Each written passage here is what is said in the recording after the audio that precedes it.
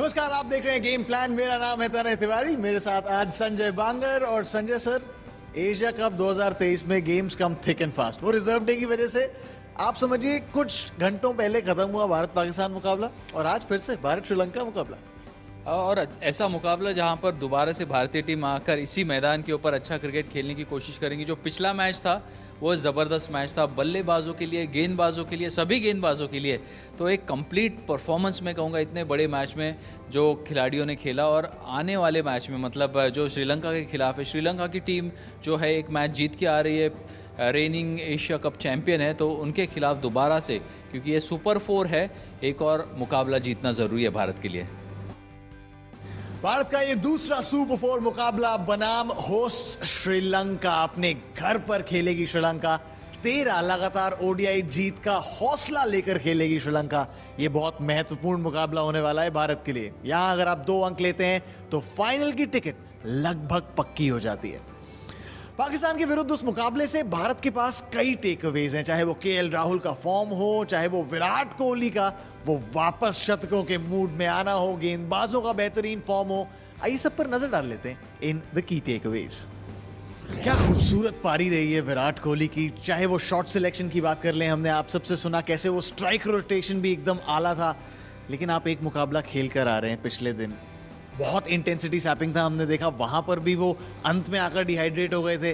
चुनौतियां पसंद है विराट कोहली को। एक और चुनौती कि आपको अगले दिन फिर खेलना है श्रीलंका के विरुद्ध, और उसके लिए पूरी तरह से रिकवरी प्रोसेस भी होता है। रिकवरी प्रोसेस में क्या क्या होता है, आइस बात होता है। तुरंत इनिंग के आने के बाद उन्होंने आइस बात लिया होगा, उन्होंने और केएल राहुल ने। उसके बाद जब मतलब मैच के बाद आप क्या खाते हैं वो बहुत ज़्यादा इम्पॉर्टेंट होता है। कितनी नींद लेते हैं आप वो इम्पॉर्टेंट है, कितना हाइड्रेशन लेते हैं। तो ये सारी चीज़ें बहुत ज़रूरी होती है बैक टू बैक मैचेस करने के लिए।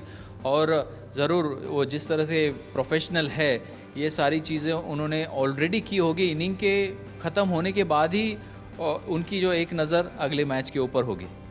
आत्मविश्वास। दूसरी तरफ केएल राहुल जिस तरीके की पारी पाकिस्तान के विरुद्ध खेल कर आ रहे हैं, जब आए थे तो सवालिया निशान बहुत थे। टीम में कहाँ फिट होंगे, इंजरी के बाद आ रहे हैं, कितने मैच फिट होंगे, सारे सवालों का एक जवाब उस एक शतक से।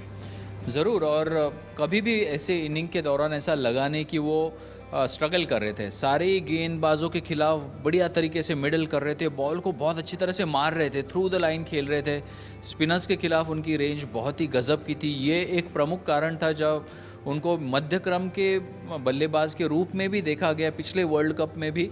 और उसके बाद जो उनका ग्रोथ रहा है T20 क्रिकेट में, जिस तरह का परफॉर्मेंस रहा है, तो वो ऐसे खिलाड़ी जो मिडिल ओवर से लेके आखिर तक, और क्योंकि उनको नई गेंद का भी अनुभव है, तो एक कंप्लीट पैकेज बनते हैं। एक बहुत ही वर्सेटाइल बल्लेबाज की तरफ से हमने एक शानदार इनिंग देखी।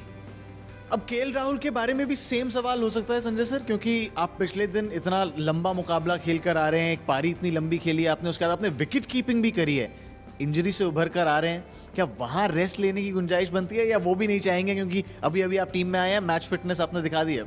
कोई भी खिलाड़ी जब फॉर्म में हो या फिर फॉर्म में ना भी हो तो चाहता है कि खेलने को, मैचेस जितने खेलने को मिले वो खेलें।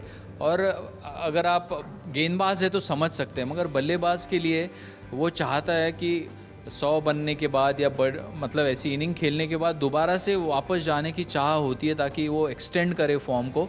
तो मैं नहीं समझता केएल राहुल के सामने अगर आप चॉइस रखेंगे तो वो उस चॉइस को स्वीकार करेंगे, वो खेलना पसंद करेंगे।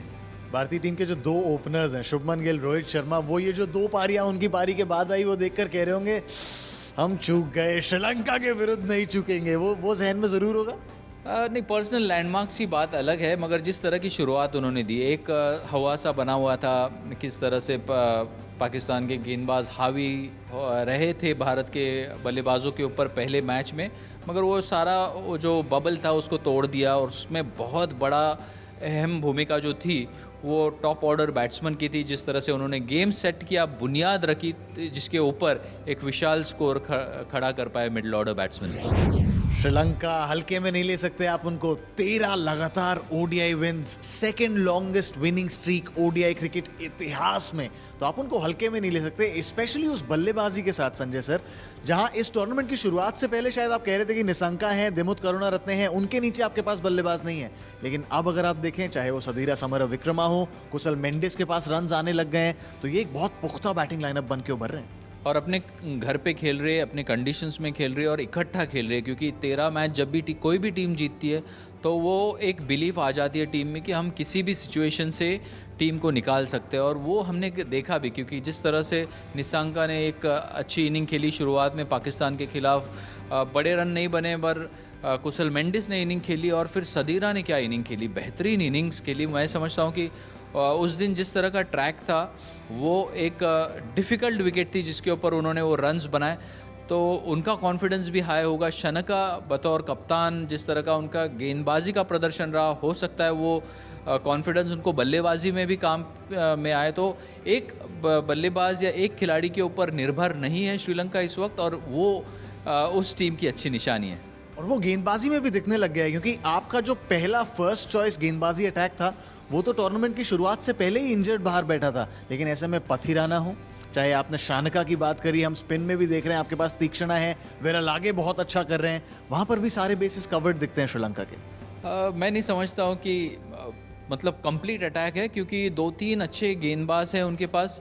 वेरालागे अभी इनएक्सपीरियंस है, हालांकि उनका प्रदर्शन अच्छा रहा है, मगर किस तरह से वो कोप अप कर पाएंगे भारतीय बल्लेबाजों के सामने। और फिर जो पांचवें गेंदबाज का हमेशा एक सवाल या निशान रहता है श्रीलंका पे, जब उनके प्रमुख गेंदबाज अवेलेबल नहीं है, तो इस श्रीलंकन अटैक को थोड़ा सा चैलेंजिंग होने वाला है भारतीय बल्लेबाजों को रोकना। आज 2 बजे से शुरू हो जाएगी हमारी coverage for this game, India versus Sri Lanka super force. Bharat यहां जीतती है, फाइनल का टिकट लगभग पक्का कर लेती है। आपकी नजरें टीवी स्क्रीन पर।